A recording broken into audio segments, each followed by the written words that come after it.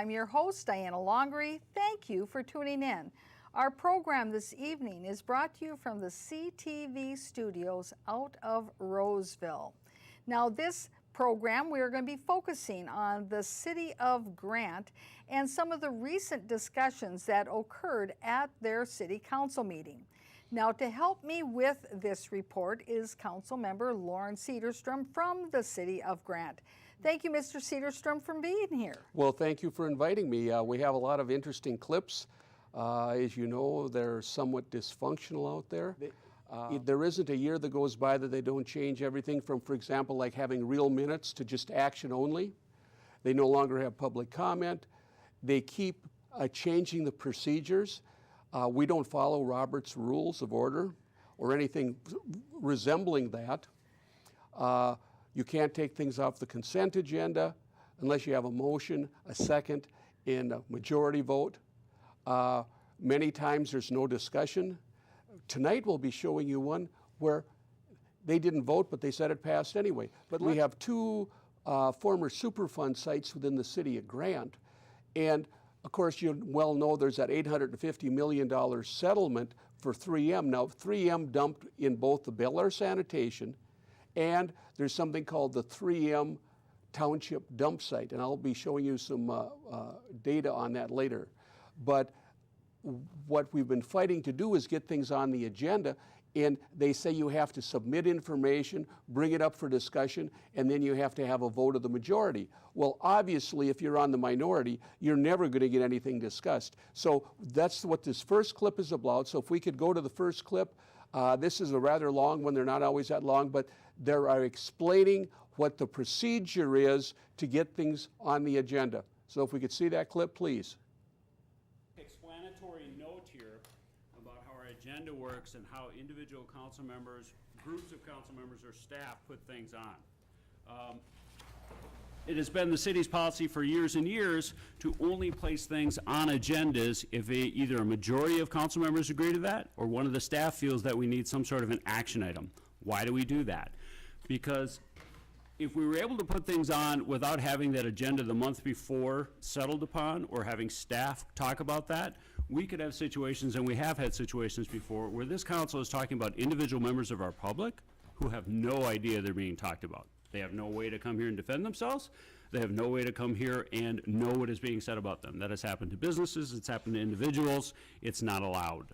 So, unless staff requests something, or a majority of the council requests something the month before, so notice can be sent out to those affected individuals, it is out of order. It will not be added. It's simply out of order, and we will not entertain it. With that said, I do have a request by staff to amend the agenda, and I'm going to go ahead and read this off as I wrote it to myself here as an explanatory note to myself. As requested by staff, I move to amend the agenda to include an executive session pursuant to Minnesota Statute 13-D05, Subdivision 3B, attorney-client privilege in the matter of Doe versus Lanou et al. The executive session should be held tomorrow, the 6th, 3 p.m. in this building. This meeting tonight, and this is important, this meeting tonight will be recessed. We will not adjourn or close this meeting. We will recess this meeting. The executive session tomorrow at 3 will be a continuity of this meeting. We will continue this meeting tomorrow at 3 o'clock. I need a first to approve this amendment to the agenda. Mr. Carr. Okay, where is this going to go on the agenda? It's going to go right on Ms. Points. I'll ask you for, would you like it under what? C, new business? It would be under 8. Under 8C? You would change it to 8C, or I'm sorry, 9. And then 9 and 10 would change. What? Now, of course, that is one way that you can amend an agenda to include an extra meeting. Certainly, they could have just posted it as a special meeting, as a closed meeting, and not had this this procedure that they went through to recess, and then we're going to take up our meeting again tomorrow at 3 o'clock in the afternoon when we're out of the public eye. First of all, would said we've been doing this for years and years. No, they haven't. I was elected to start serving, and the December before they changed all the procedures, and every year they continue to change procedures. And you've been in office about 4 years, correct? Yes, 3.5 years. So that's not forever and ever. No, they're changing things every year. And the other thing is, council people are allowed to put things on the agenda. Okay, for example, when the hydrovac came up, I tried to put that on the agenda. Oh no, we can't talk about that. Well, if we have an emergency situation where a man's dumping 400 hydrovacs when he pulls a permit for making a pond, he's running a commercial operation, something should be done. Well, we finally did get something done, but it didn't come from the city council. The MPCA, Minnesota Pollution Control Agency, said it's a local issue. Washington County Environmental echoed the same thought. And the only way it got done was the WSB, one of the owners of WSB put a bug in his engineer's ear that, hey, this has got to be shut down because we're incurring liability if we don't. Right. So, and that was the one thing. So they're fibbing about, or not, they're not being truthful about the procedures.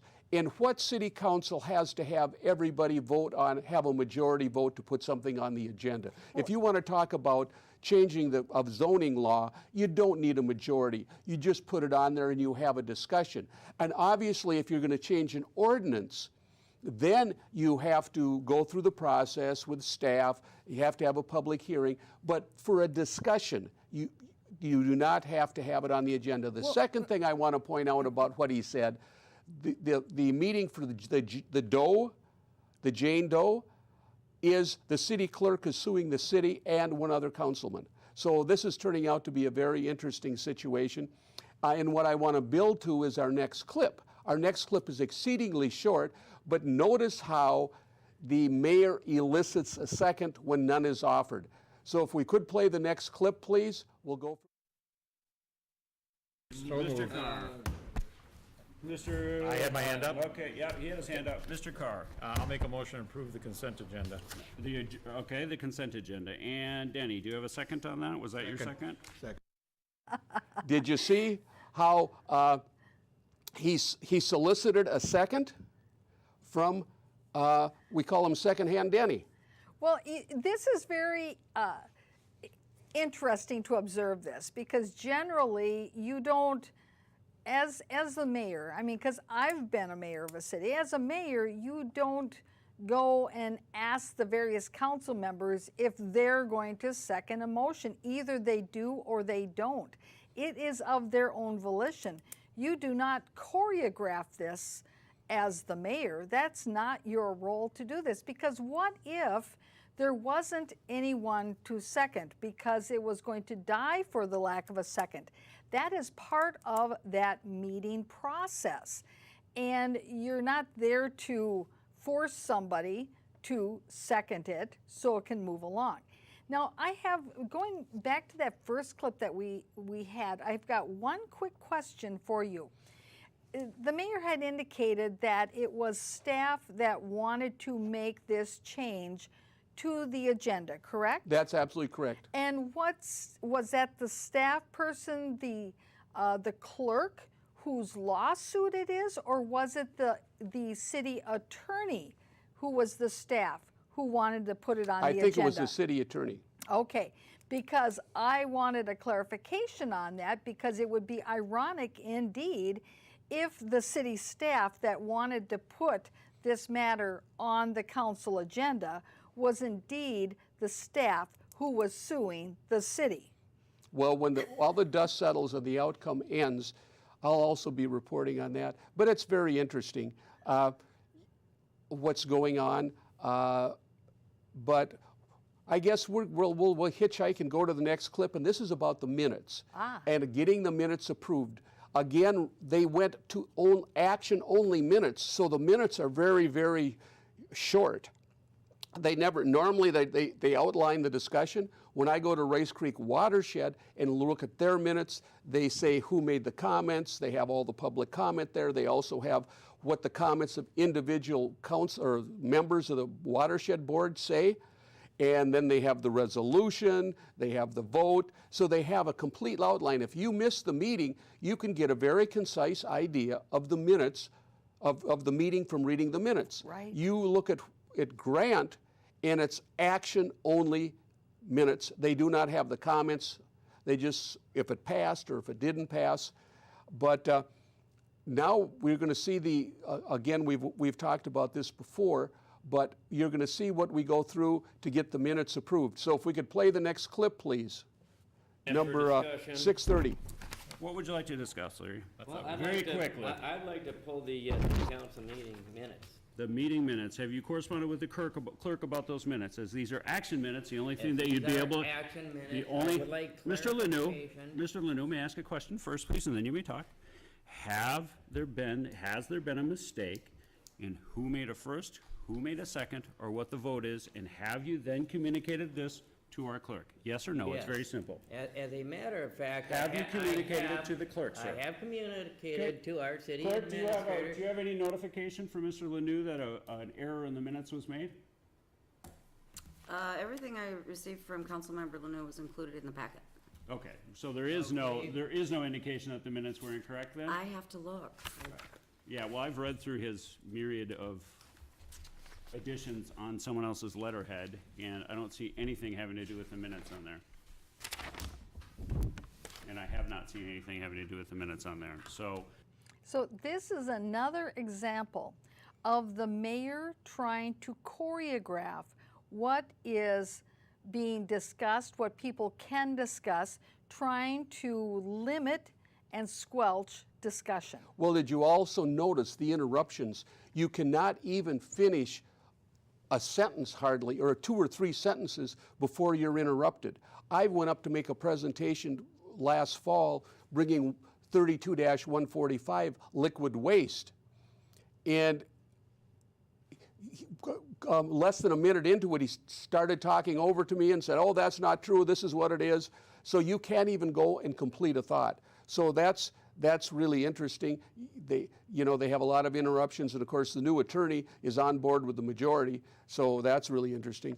Now we're going to be talking of shifting gears a little bit, and I just kind of want to choreograph a conditional use permit that came up.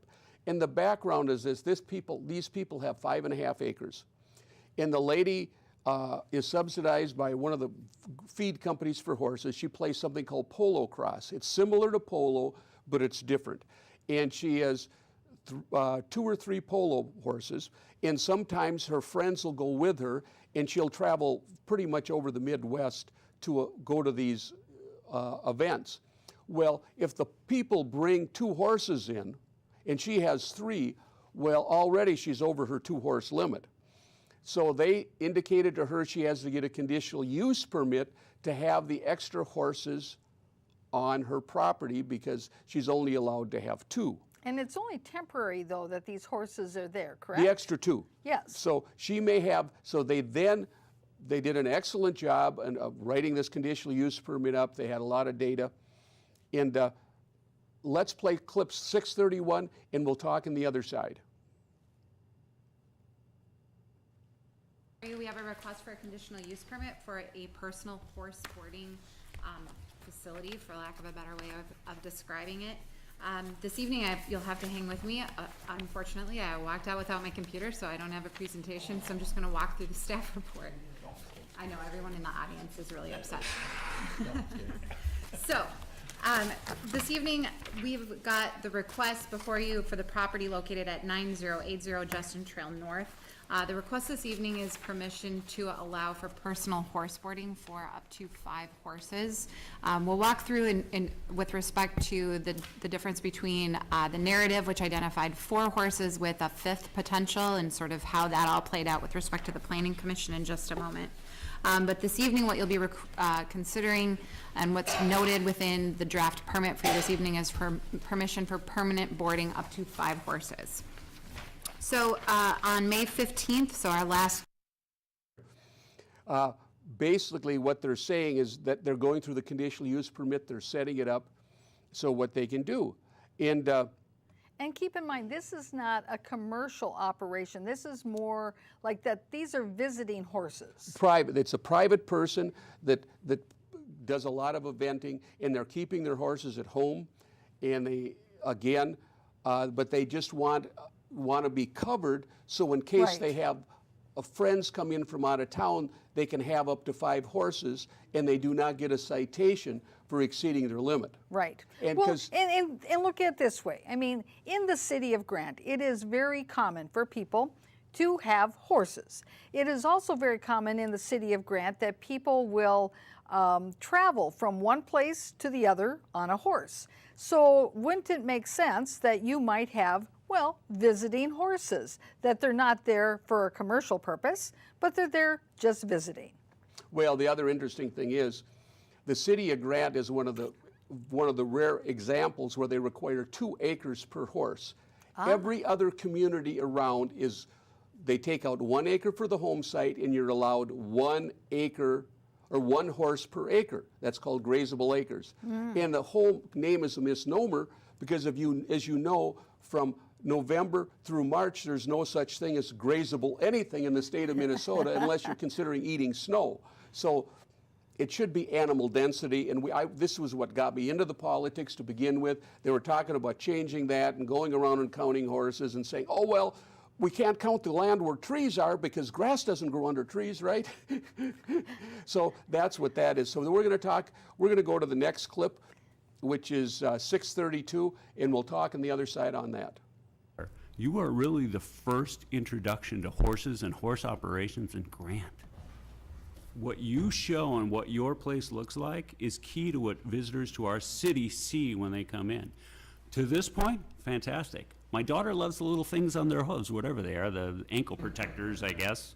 She thinks that's just the best thing ever. So what I'm saying is you're doing a good job here, but consider yourselves, should the council vote to approve this CUP as sort of the horse ambassadors on that side of the city, because most of our traffic comes in from that side, so.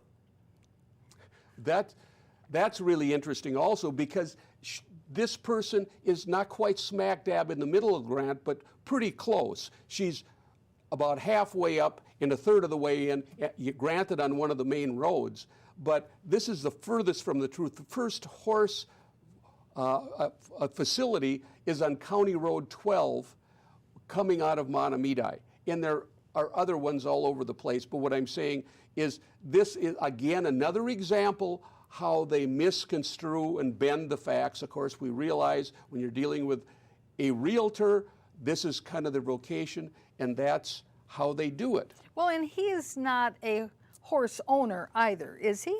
No, he isn't. And what I want to point out, I'm glad you brought that transition up, because there's 2 people that have horses, are familiar with horses and run horse facilities, myself and Councilman Lanou. And he's been doing it for 40 years, I've been doing it for 20. So I kind of know which end of the horse is which. And I think anyway, I won't go with a comment about some of the other council members and which end of the horse they might be. But we then made some suggestions to clarify this, and let's go to the next clip. That'll be 6:33, and we'll talk on the other side. I'm looking at the conditional use permit line 2, the personal boarding operation. To my knowledge, a personal horse and a guest horse, or a boarded horse, the manure is no different between them. I mean, whether you want to admit it or not, there is no difference between the horses and the manure management. So I would strike the word personal out of there, because in their application, they talked about if a guest, say they're only housing 3 horses of their own, and a guest were to stop in. Now, is that a personal horse? It's not a personal horse. It's a guest. And so I don't know why we would put personal in there. I think strike the word personal. It doesn't apply, and we're not here, and we don't have the staff to monitor whether a horse is out there is personal, boarded, and whether they board 1 horse for somebody else. If we're allowing 5, it shouldn't make any difference.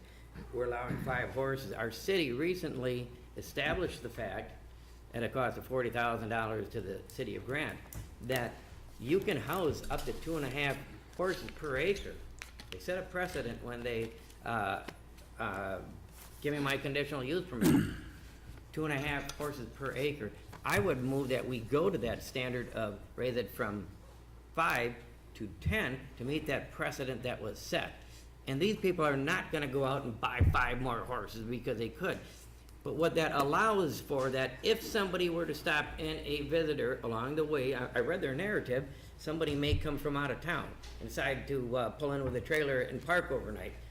That would allow for somebody to come in there without somebody running to the city council and saying, oh God, they have 10 horses here Larry, overnight. do we actually have a change that you want to make on this instead of your- Yeah, your I- personal stuff? Why don't we stick with the change you'd like to make here? Strike the Okay? word Personal. personal, because that, we do not have the staff to run around and Okay, well, determine that. let's discuss that real quick.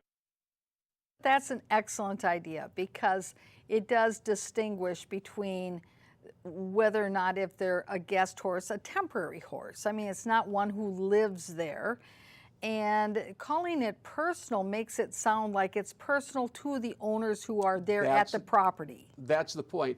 And the point was with Larry, the city spent $40,000 coming after him, and I don't know how they got the decision from the judge they did, other than they based it that he improved his facility, so therefore he was no longer grandfathered in. He came out before the law changed in '83, then said they could have horses. He has 30 acres. Back then, FHA will only allow you to mortgage on 10. So he bought 3 10-acre lots and had the mortgage on one, got a letter, got it straightened out, and they came after him. And they made him get a conditional use permit. Then they did all kinds of goofy things like telling him he had to get it resurveyed. Well, you go to the county, they have the survey already there. You don't need anything. And think about the vindictiveness of this, that you have a city, and a small one at that, who is spending taxpayer dollars on going after a city councilman because they're trying to push him off of the council. Well, the interesting thing is we're complaint driven. The complaint was signed by Jeff Huber when he was assistant mayor. Now he's mayor. He was the one that pushed the complaint and pushed it. Not only that, because they didn't get it done fast enough, the city attorney also requested that both him and his wife would be put in jail. That Larry Lanou would be. Larry Lanou and his wife would be put in jail over this. Of course, Larry ended up winning his case. But that's the background. And he then got his permit, and he got more horses than he wanted. And he also has a groom's apartment in his barn that he got okayed. That's in his conditional use permit. So they just basically opened it up, and because they were on the losing end. But I then tried to correct this personal horse thing, and you'll see what I'm explaining in the next clip. So if we could go to 634, please, and we'll talk on the other side. Job. I may speak? Yes, of course, Lauren. Okay, Your thank turn. you. Well, I think perhaps maybe you should put private, and I think that's a very good point, because a lot of people do have friends over for horses, they bring horses, and I think they should have the flexibility of that. This council right now, today, knows what that means, okay? Future councils may not understand or entertain the same thing, so what I'm saying is I want to make sure these people are allowed, because they are involved in different exhibition sporting activities. If someone brings a couple horses in just for an afternoon, or they're coming in from out of town and they've got a show tomorrow, I think the people should have the flexibility and just have it say private instead of personal. Private would clear up the whole agenda and would communicate to future city councils that these people are allowed to have 5 horses, and we don't have to worry if they own them or don't own them. Maybe a horse is lame or something, and they have to go on an exhibit or something, so they have to get another horse in there. I think we need to give them the flexibility to pursue their competition. Sure. I'll read number 8 is. And that, of course, also is consistent with the idea that this is not a commercial venture. It's private. That's right. And so, of course, the flaw with this whole thing, both Larry and my suggestions, is it came from the minority. They do not accept anything from the minority. It could be the best idea in the world, like the air conditioner that I worked with the clerk to get a bid on to install a 3-room air conditioner for $849. Wow, we're going to break the bank. It's May, June, July, August, September. And this would be for City Hall. City Hall, and then also, so that's 10 meetings, plus the planning commission, so And of course, because it was my idea, it got turned down. Same thing with McCusick Road. And see, you see, it's again, it's this perspective of priorities. It's okay to spend over $40,000 of taxpayer dollars to sue and harass a fellow city councilman. But it's just a little too spendy to spend under $900 for an air conditioning unit that's going to take care of the entire city hall. Absolutely. Wow. Would be used 2 days a month, basically. You know, the city council meeting, the planning commission. But the next time you're going to see what happens as a result of this, and how adept the mayor is with his gavel. So if you could play 635, please. Mr. Cedarstrom's comment. All right. I think it's a good housekeeping tool to change Okay. it from personal Okay. simply to private. Okay. Mr. Huber says that the onus is up to them to make sure that they're in compliance. But the truth of the matter is, the onus, we had a formal complaint, and if we probably found out it was probably Mr. Huber who filed the other formal complaint, we have no No, enough, ownership enough. of that. Second, But enough, my enough, idea is enough. It is not. Mr. Mayor, Because that's, Mr. Mayor. Yes, go ahead. It's a high mileage gavel. It is. And I thought that you guys had this rule that who's ever got the floor is the one who's allowed to speak, and that nobody else is supposed to interrupt them, because if they do, then their agenda or their motion or their agenda item can't be heard. Well, that is true, but that only applies to the minority. The majority can do whatever they want, and you'll see the no vote thing a little bit later. And now we're going to have the city council weighing in on, the city attorney weighing in on this. I don't even know why he's sitting up there. He should be sitting with the staff, with the planner, the engineer, and the clerk. But we're going to have them weigh in on this. So if we could play 636, please. That you focus the discussion on the things that are germane to the question. There's risk in festooning these applications with things that seem advisable to add at this late date, because they may, for example, complicate the applicant's tax status, for example, if it was viewed as commercial. And so if they're happy with it, and the planning commission's happy with it, and the council's happy with it, have a vote on the matter. And if there's a suggestion for a substantive change, discuss that change. But this commentary about who filed or didn't file complaints is just gratuitous and unnecessary. And Well, there's a couple interesting things on this. First of all, the status of having CUP has nothing to do with taxes. So he's pulling that out of the air once again. This guy talks around in circles just like the mayor.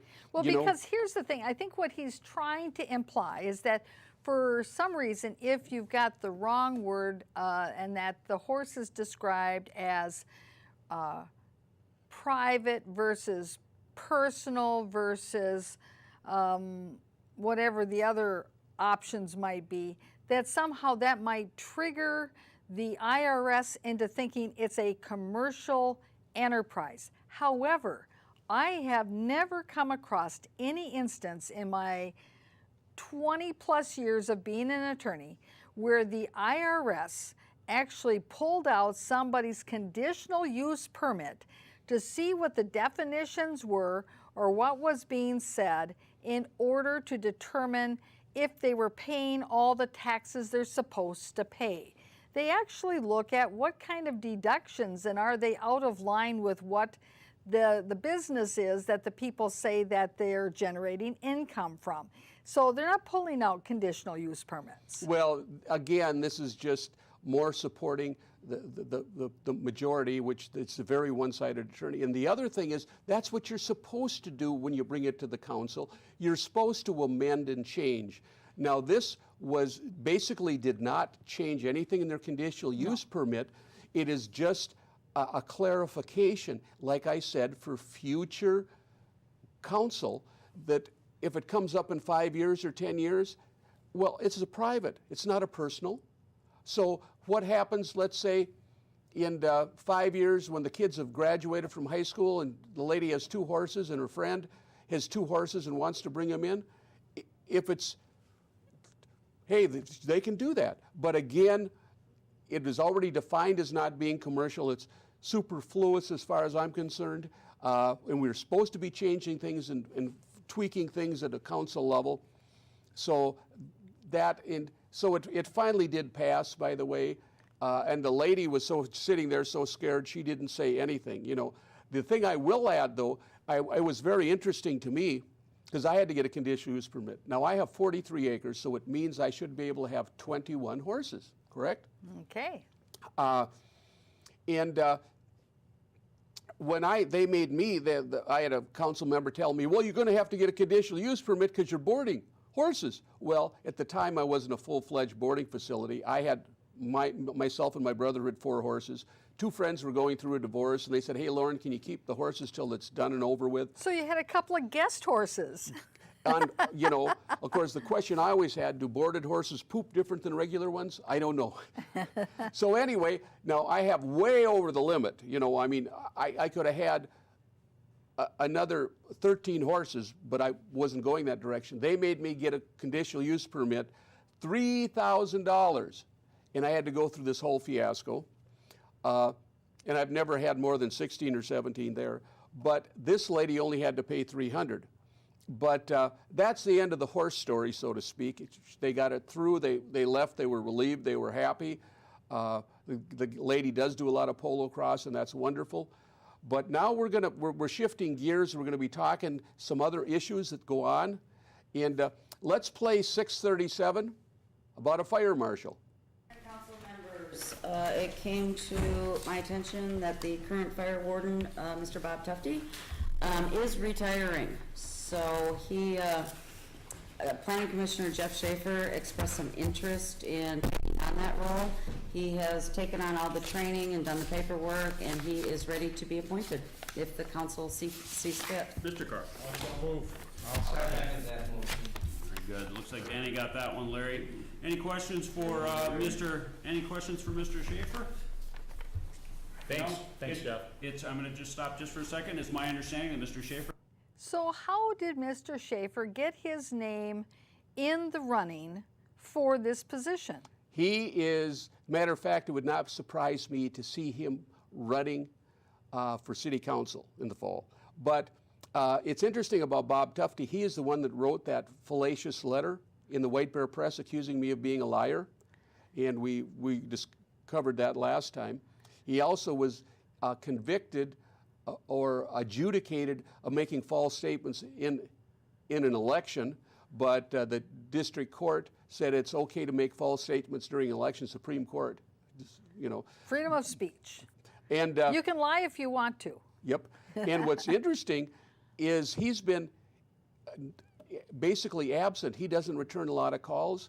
The reason they put Bob Tufte in to be a fire marshal is they tried to take it away from Joyce Wielander because she did not support Tom Carr for a couple of elections. Well, they can't do that because the state of Minnesota, the DNR, does that. She's been a fire marshal for 30 years, and they got it jammed up their nose. They put this other guy on, and of course... So they really then ultimately have 2. Well, yeah, that's true, but the ironic thing about him retiring, he hasn't written any permits anyway, so what is he retiring from?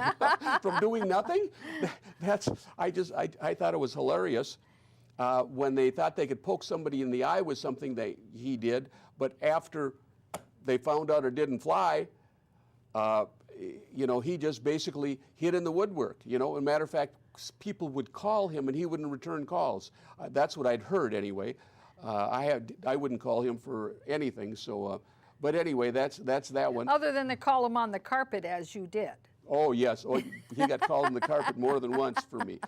Now we're shifting gears to roads, okay? And you're going to see the mayor brag about how they self-bond for roads.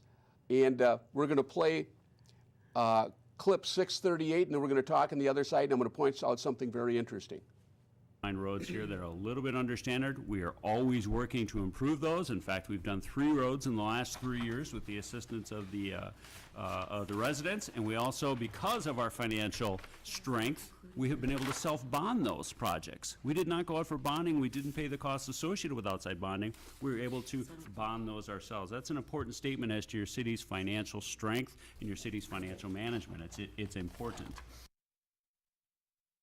Interesting about that, we have our budget is about 1.2 million, and that's what we have in reserve. So we have a year in reserve. And the interesting thing about that bonding, yes, they bond. Let's say you're paying for that $14,000 road in front of you, okay? Well, sure, you make so much a month payment for 10 years. They charge you 5% interest. What do they get in the bank, 0.5%? So they're making money on the residents by them bonding, holding the bond themselves. They don't pay any of the fees, and they make the 4.5% interest more than if they leave the money in the bank. So if I understand you correctly, what you're saying is that the city has the money in their bank account. That's right. Then they charge, though, the special assessment to each of the property owners for the special assessment for the road in front of their property. Correct. Then those individuals, if they don't pay for it all up front, then they have that option where they can pay it out over the period of 10 years, but that is at a 5% interest rate. So not only are they paying the city back for the property taxes that were collected, the revenues that are now used for the roads, but then they're also paying another 5% premium on top of that. Absolutely. Wow, okay, well, I see. And they're making such a big deal about it, how wonderful they are. Okay, let's, one time, let me give you the background on this. When we had talked to the mayor and said before, well, I can't do this because I'm just a part-time mayor. So when we play 639, we'll talk on the other side. Mayor Huber just stated that we don't get gas tax. He said that, if you remember in an earlier conversation at the council meeting, he said he'd go down to the legislature and lobby for it. And he said the reason he didn't do it is because he's just a part-time mayor. That being said, I guess maybe we should make a motion that we considered during our budgeting increasing the mayor's salary so he could consider being a full-time mayor, because our roads and everything need full-time care. They need more than what we're getting right now. So I'd like to make a motion that we consider, when doing the budget, an improvement or a raise to the mayor so that he would consider this a full-time position. As most people run for office, we run for full-time councilmen, full-time mayors, full-time legislators, but his own statement says he's only a part-time mayor, so I'd like to make the motion. Second. Yeah. So is he going to turn down the opportunity? Oh, absolutely he to, does. to take some more money out I'm of never going to do that, and I'm not going to do that. But, it's real interesting that he's only a part-time mayor. He can only do this, he only do that. I've been down to the Capitol 2-3 years in a row, did a lot of lobbying down there for no school and a dump site. He's never been down there that I'm aware of. And I want to mention something too, is that, I was the mayor of Maplewood, and the mayor of Maplewood is also just a part-time position, and that salary is only about $12,000 a year. But it is supposed to be part-time. But if you are dedicated to working for your community, no matter what city you're from, as a part-time mayor, if you're really doing your job, if you're really doing your community service to your community, you are more than likely working full-time.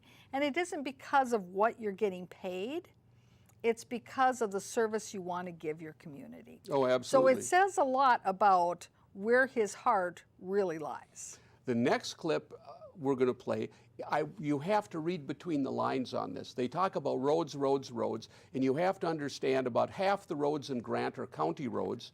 The rest of the roads, 25% of the roads would be gravel, and 25% are tar. Now, gravel roads get a lift every so many years, and they continually get graded, and they also get dust control.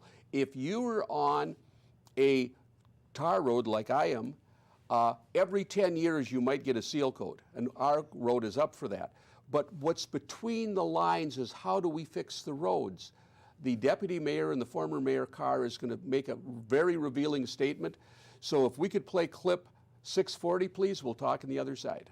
It's prudent to do what we can to get these things changed. It's not prudent to just keep beating your head against the wall and wasting your life doing something that's not gonna, we have better things to do. We have better ways to serve Grant than doing that. So, yeah, I think it's just good that we have it at the top of our mind. We know where we're going with this, and I think with all the development, everything happening in Grant, hopefully we'll be there soon in our kind of development way. And I will say, So in Now, other words, he's saying, explain this a little bit more. What did he mean by our development way? What is that about? that what you see, if you create a development, you have to put in the roads.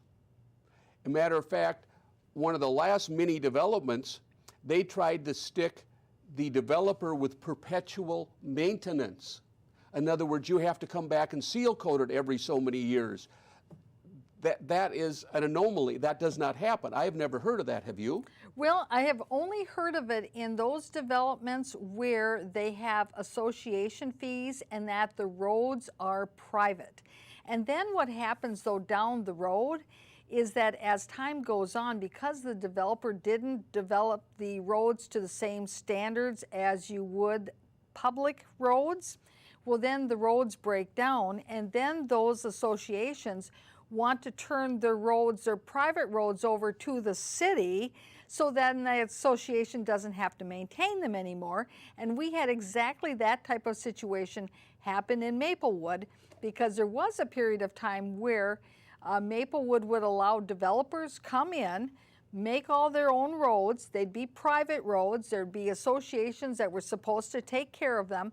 And then 20, 25 years later, when they were all full of potholes, then they all came to the city saying, well, we'd like to turn them over to you so they can be public roads. Too little, too late, I would assume. That's right. Well, they've also done something similar. People down in Indian Hills, there was a cul-de-sac. And normally you consult an engineer. They pay 20% of the price of whatever it is for engineering. But they didn't do that. They gave them the choice. Do you want it rebuilt completely with a new base? Do you want it just a top coat? Do you want it patched? Or do you want it seal coated?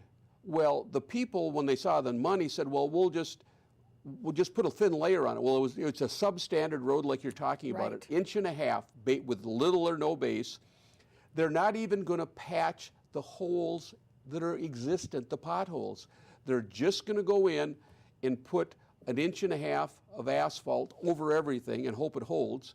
Well, to me, that makes no sense. Why would you allow them to choose an engineering disaster? So in 5 years, because normally what they will do is they will grind a road to top off and then put on top of it. Well, this road there wasn't enough asphalt to grind. You could even do a mill and overlay. No mill Wow. and overlay. That's exactly what I'm saying.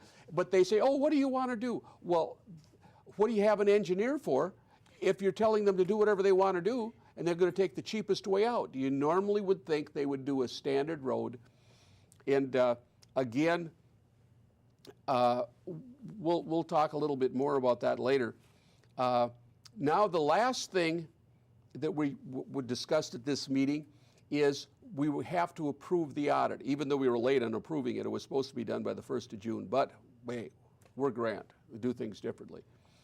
So watch that they are not allowed the audit to be discussed. So we could play 641, please. inclined to accept the 2017 audit Open for report, please, discussion. please signify by saying aye. Open We're for done. discussion. Larry, Okay, aye. First and a second, now it's open for discussion. Nope, we're not doing it, Larry. Do you know why? You take Because you're a attacking first people. and a second, now it's Larry. open for discussion. Larry, you're attacking Are you gonna use people. Robert's rules? No, I am not, and we never Okay, are you have. gonna use parliamentary procedure? Dave, would you like to Are talk you to using Larry Tommy's about our rules or procedure? Jeff's? Hold on a second, hold on a second. You have a first and a second on the Larry. floor, now it's open for discussion. Well, let's not We have interrupt. Budget item that should be You had your discussed. opportunity, sir. let's We not gave you your interrupt. opportunity, Right to sir. it. Go ahead, Mr. Schneider, please. At the start of the meeting, I referred to 2018-09, a resolution that this council passed that said that commentary that was laced with either personal Well, okay, now first of all, I did not hear any commentary there that was personal. I heard a council member saying, we've got a motion, we've got a second, now that opens it up for discussion. And that they were indicating that they had something to discuss. And I am very puzzled. Why wouldn't a council want to discuss their annual audit? That is only normal procedure. Well, that is normal procedure in the fiefdom car. Again, they ram things through. They've twisted. You know, democracy is based on the will of the majority, but it also should be tempered by the voice of the minority. So let me ask you this: is there something that they're trying to hide that was in that audit? I'm not sure. Other than mile-high legal costs, we've been doubling our legal fees for Lord knows how long, you know. And again, a lot of it's been initiated by the city, so that's interesting. But what's really interesting about this is the next clip, because they're passing this through when there really hasn't been a vote. So if we could pay clip 642, please, we'll talk on the other side. We've had that I have a vote, budget, we and have we're an open and a moving second. forward. And, Moving on. Mayor, Moving on. Mayor, you did Larry. not have a vote. You just sat there Yeah, saying we we had did. a vote. All You did not those have a in vote. favor, say You aye. did not All have those a vote. opposed, You say just said we had a vote. There was Larry, no vote let's- taken. Larry, not- Jeff, you're gonna move Let's, forward without let's, a vote. let's Larry. not, You were just gonna move forward without a vote. You Let's- said you had. let's You not- had a first, and you had a second, now it's open for discussion. Relax, Larry. I called a vote, you were too busy yelling, you did not hear the vote. Now, if you would like to Mr. vote. Segerstrom, did you nay, vote? You No. can do that. Did you hear a vote? No. If we review the tape, you'll see there, no vote was called. You had a first, a second, and I asked to be open for discussion. You already said there was a vote, and then you wanted to discuss it, No, whether or not I I was said using you- the right you- rules or not. So You we're gonna did move not on. have a vote. We're gonna move on, Larry. We have no Okay. unfinished. Move on, and you know, we have listened to that clip now. I didn't hear a vote. There was no vote. That is the point I'm making.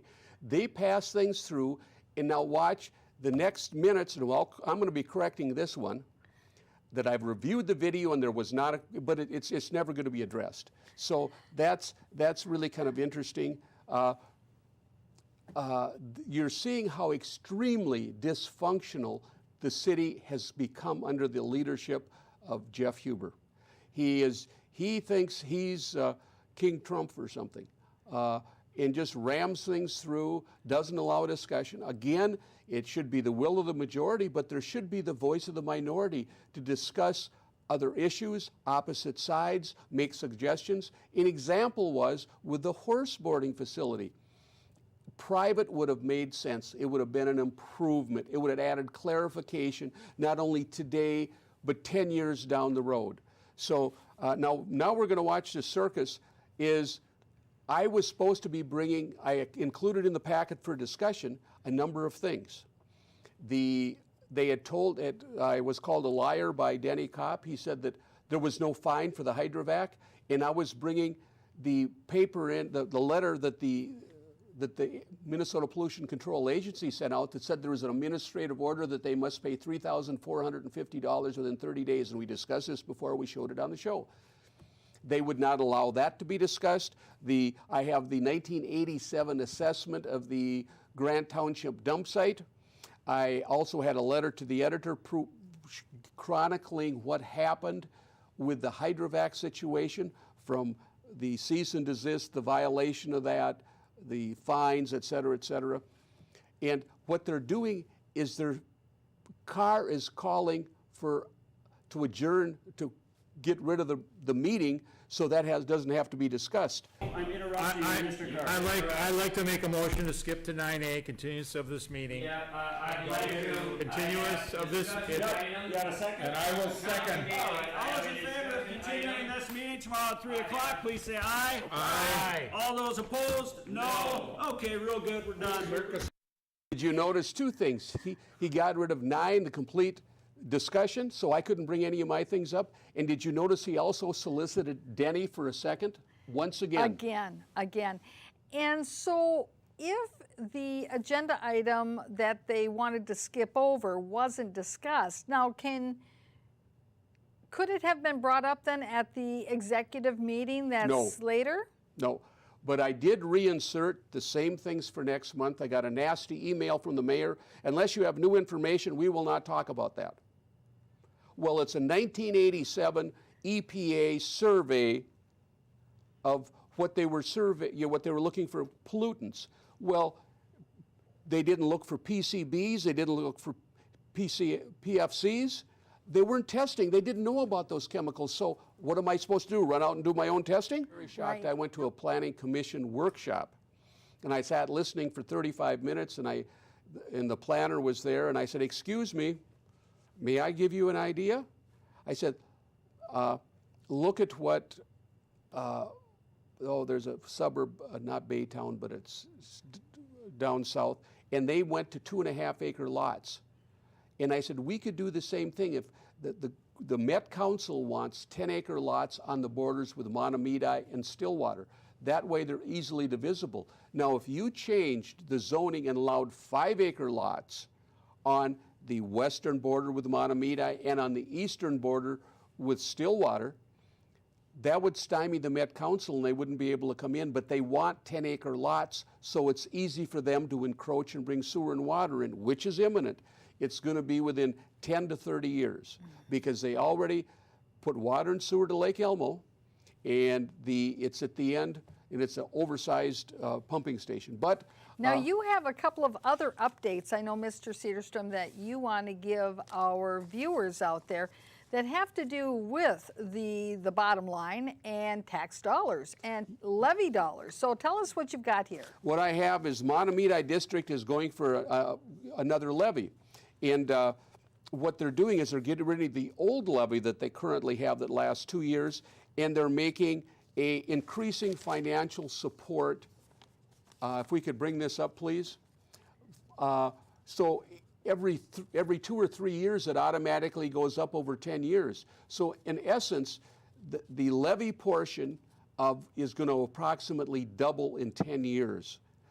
This is in addition to what they get from the state. So that is, they call it a tiered levy. This asks for increasing financial support, and you can see which direction it's going. It's up, needless to say. Yes. And as long as we're talking there, we have that camera up. I wanted to show, if we could get in, that's that Superfund Grant Township 3M dump site, if you folks can see that. The one that the city council doesn't want to discuss, that they want to put their head in the sand and pretend it never existed.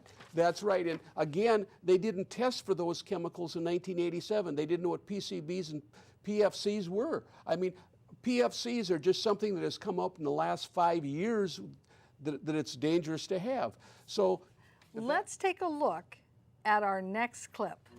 Our point to inform residents, these SEAL meetings that our administrator is talking about is where the city has planned regular maintenance, and it's a big maintenance project. It's a sealing of all of the asphalt. At that point, if a neighborhood then decides through petition that they would like to get the road done, instead of just having the maintenance, actually get the road redone in whatever choice they deem appropriate according to engineering studies, that money that we would have spent on the maintenance program that we were talking about at the meeting is then put into that fund to lessen each and every one of their individual cost bases on that. So the city helps, but our road projects come from the bottom up, okay? A lot of people stand up here and they tell me, you gotta push those down, you gotta tell those residents when they're gonna do that.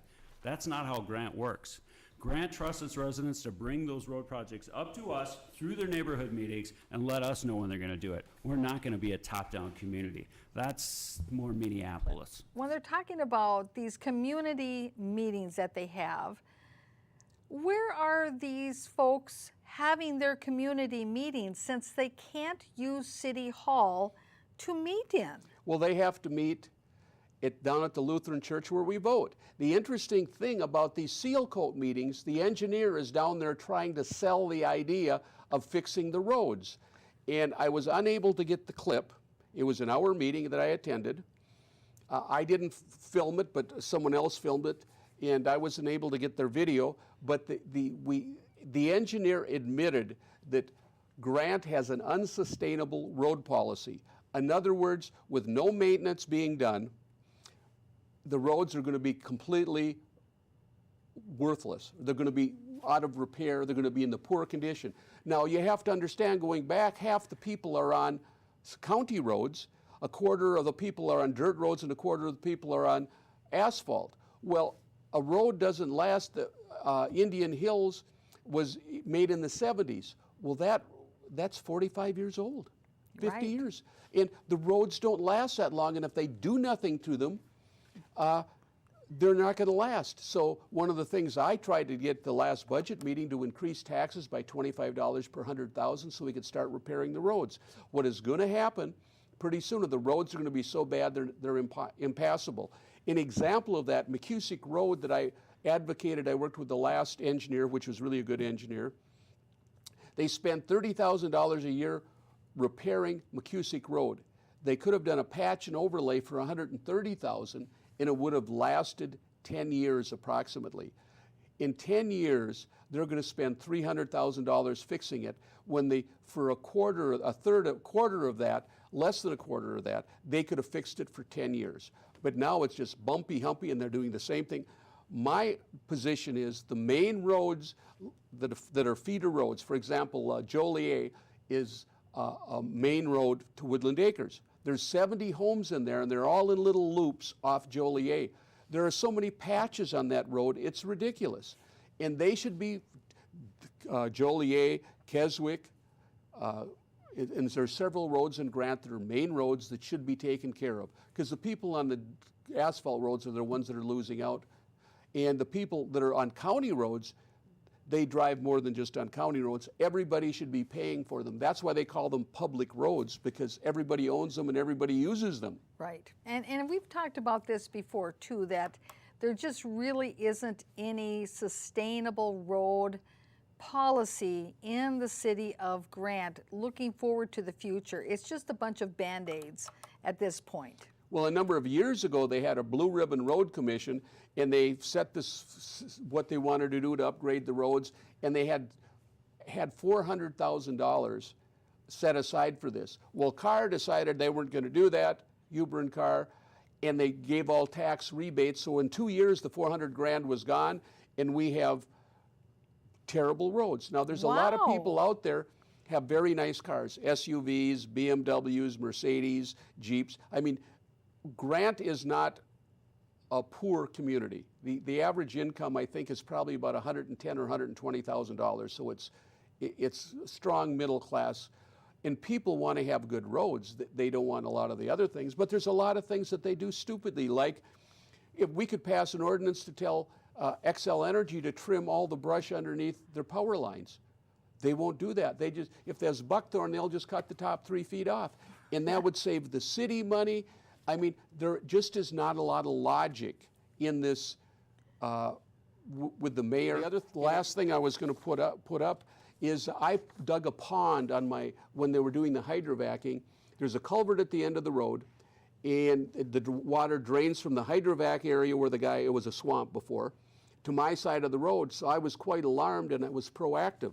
So here is my Browns Creek Watershed District permit that I got, and there's the second half of it, if we can put that on there. Okay, and here is the finality where it says my permit has been completed. They have noticed the vegetation, and it's complete. So, and that, of course, is dated June 8th, 2018. So the council majority certainly cannot accuse you of not obeying the letter of the law. Oh, I know, it's coming. I already saw them. I've had a comment from 2 of the, so they're going to be coming after me. But again, remember, I'm farming, and I am allowed to farm lowland. And what I did is enhanced and made a pond. I improved it. And you've got your permit, And I have which my permit. allowed for that use. Absolutely. So we're going to see what happens. I'm sure there's going to be another installment. Thank you very much, Mr. Cedarstrom, for coming out here and giving us a clue about what's going on in the city of Grant. And to our viewers, thank you for tuning in. We'll see you again next week. Bye-bye.